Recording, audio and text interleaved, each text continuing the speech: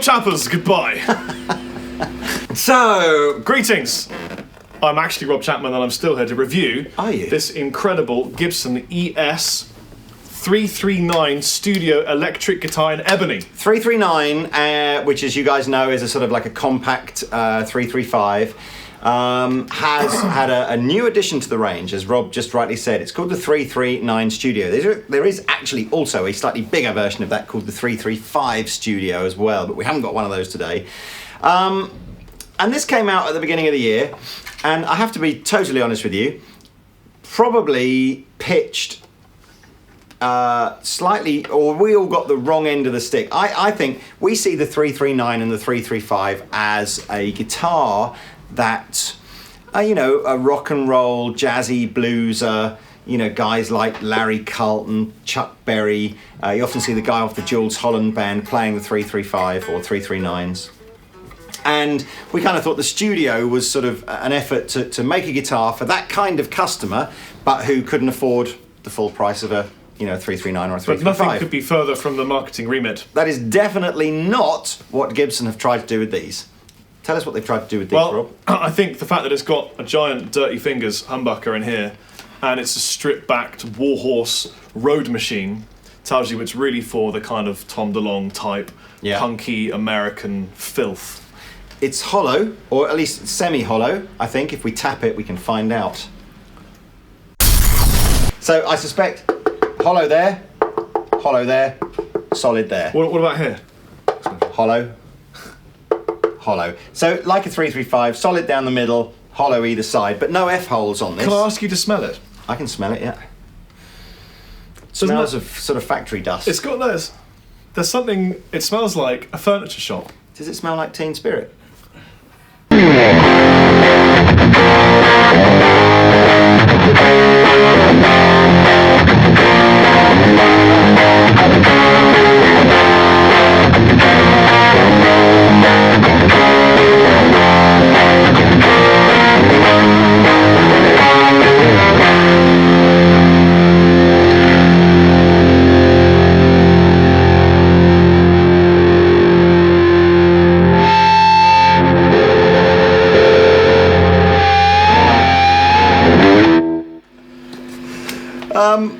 We're going to have a lot of fun in this review, aren't we? We certainly are. I should have put my Kurt Cobain hairpiece on there, shouldn't I? But I forgot it. But never mind.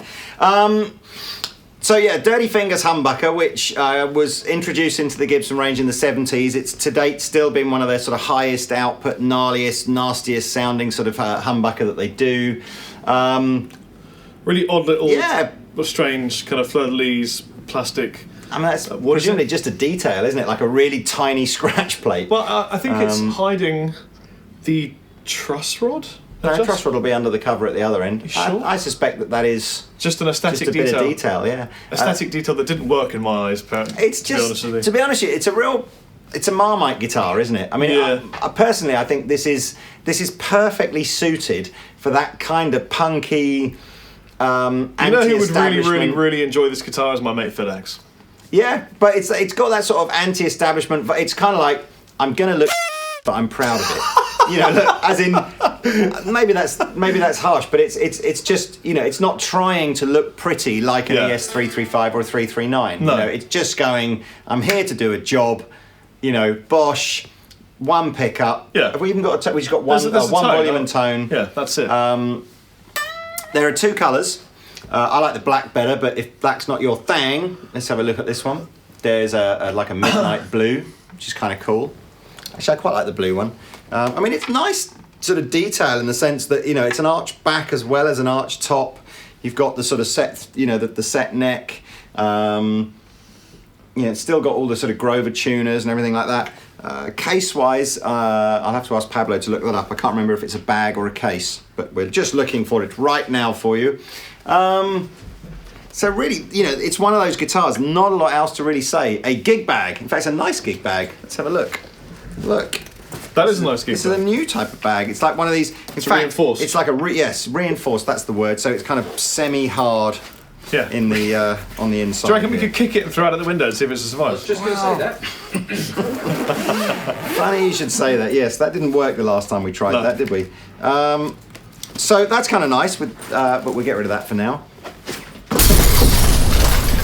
So these are American built, made in the Memphis factory where all the other sort of 335s and stuff are made. Are they a limited run or are they just continuing? No, I don't think so. I mean, it'll continue as long as it's popular. We got a rosewood board. Is that rosewood board? It's a rosewood board. Does look rosewoody. It could be maybe baked not. Let's have a look. Alaskan. What does it say? Sorry, still waiting to load it. Okay, pause. Talk amongst yourself for a minute. I mean, I guess the studio thing is... It's slang for without all the bells and whistles. Yeah, isn't it, really? I mean, again, I think we've probably said this in other videos. Gibson take a unique view amongst guitar manufacturers about trying to make low-cost guitars in America. Most manufacturers have said, if we want to make low-cost guitars, we're going to go to the Far East. Or, you know, Fender have done Mexico, all this kind of stuff. But Gibson have this, you know, they have a viewpoint that you know, they should try to support the, you know, the local economy and you know, keep as many jobs in America as they possibly can. So they want to make as many guitars as they possibly can. And in order to hit some of those lower price points, I mean, this isn't what we'd call a cheap guitar, but it's, you know, half the price of a 335, a regular 335. But you know, things like the juniors, which do go down to sort of £500, you know, those are pretty inexpensive guitars, and they're all made in America. But you just have to accept that if you're going to make a guitar in a country where the labour cost is still quite high, to make a more affordable guitar, you've got to sacrifice, as Rob said, some of the bells and whistles. So, but it's still an American-made Gibson guitar for just about £100,000. And it's still a nitro finish as well. Yeah. I was talking to Gibson about sort of saying, you know, why don't they make some poly finishes out of the States just again to save a bit of money? And they just said they don't want to. They, you know, nitro finishes is part of the Gibson sort of history, so they're just going to stick with that. Yeah. So again, these should kind of, you know, these will relic up and age kind of nicely over time. It's quite a chunky neck. I say it's got no binding. It's actually got got an black interesting binding. Yeah, it's got a strange kind of odd black binding to it. It looks more like a stain. You'll see that in the sweep over, I'm sure. Yeah, it is bound. It's not bound as we would currently know it. But it's not a thin neck. It's not really a stealth neck. It's a chunky, jazzy. It's not a jazzer. It's a chubber. It's a chubber. Yes.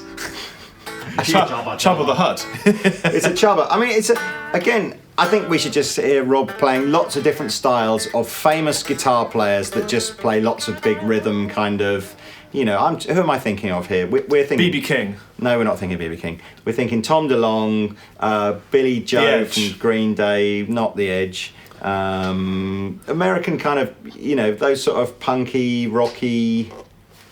Zappa. Maybe. Buddy Guy. Not Buddy Guy. Help me out here, guys. I tell you, it's like you just can't work with. And now we just cut to me playing.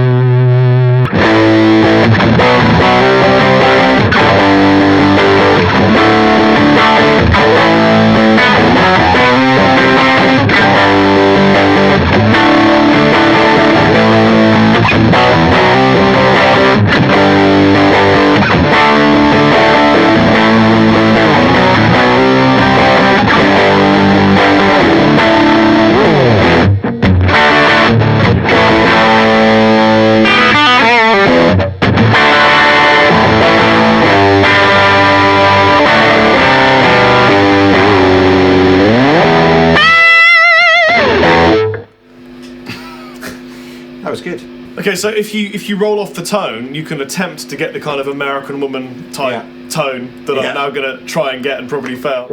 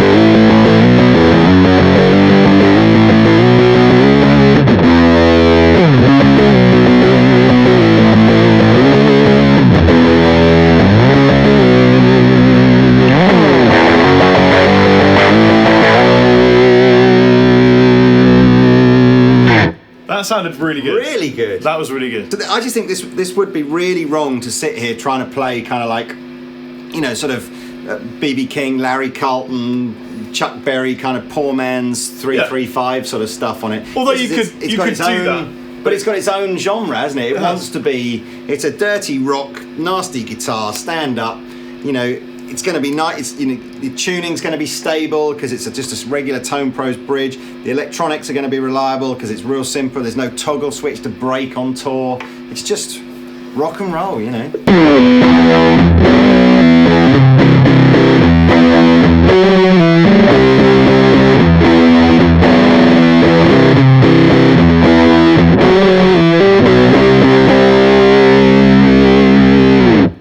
That's the perfect kind of genre for this kind of guitar, you know. The whole Bay Area, Soundgarden, grungy thing. I like this. Yeah. I came into the review kind of meh, and I'm leaving it kind of Yeah. Do you know what? I like. Can we write that down somewhere? I came into the Initially, review. I thought meh, but now I think meh.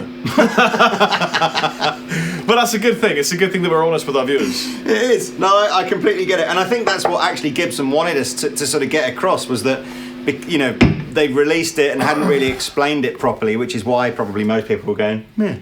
But now that we've explained it and you get the angle, you kind of go and you go meh. Well, we're going because it sounds good. That's the thing. It does sound good. I think we should do a whole review where we just go meh, meh.